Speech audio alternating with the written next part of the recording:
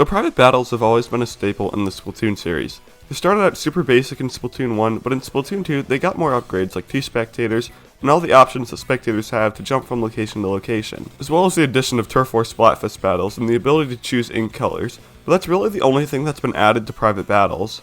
That definitely needs to change with Splatoon 3, and I've got some ideas on how it can be done. So when thinking about the best private battle system would be, I would think of something like Mario Kart 8 Deluxe, and how that game you can choose to keep items on or off, and choose CPU difficulties, and more. And I think something like this could work really well with Splatoon 3. So one of the biggest things that I can think of would be to add CPU teammates or opponents. As someone who hosts private battles quite frequently, the second most annoying thing, right next to people nagging about not being able to get into the lobby, is people getting into the lobby and then just disconnecting. The ability to have a bot just come in and replace them would at least give the team with the disconnect a stronger chance at a fair fight rather than just leaving them with one less player. And it's not like it would be something that would be super hard to develop either. We've seen Splatoon modders bring Octoling rival bots and put them in normal Inkling or Octolings, so it's something that's clearly technologically possible, and this could be done with a simple add bots button. But if Nintendo is so dead set on adding bots, maybe they could add a feature to bring someone from Spectator into the Alpha Team or Bravo Team. Of course, you don't have to add someone in, but I think in reality it's more likely that you have someone in the Spectator spot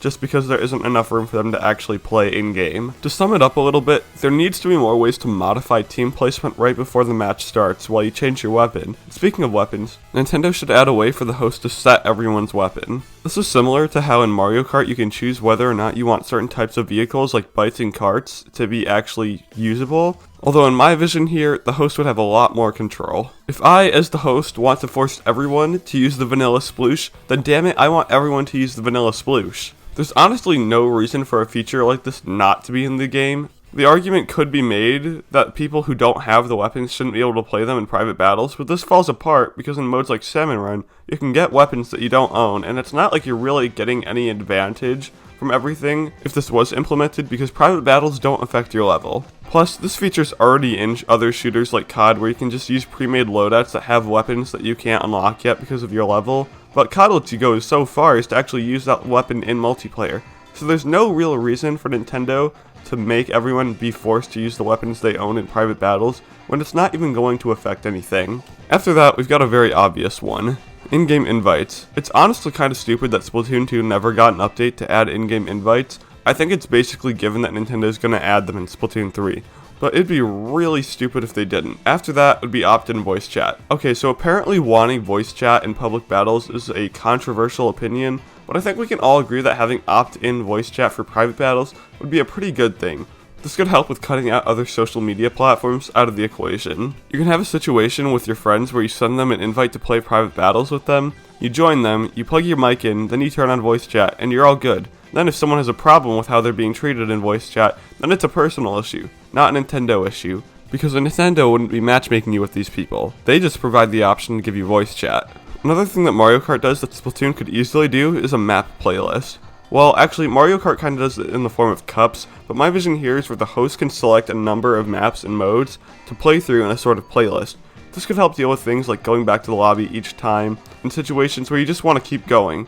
It's not the most necessary thing, but it's a little nice thing that would be a big quality of life upgrade. Finally, to top off today's video, Nintendo should add a kick feature.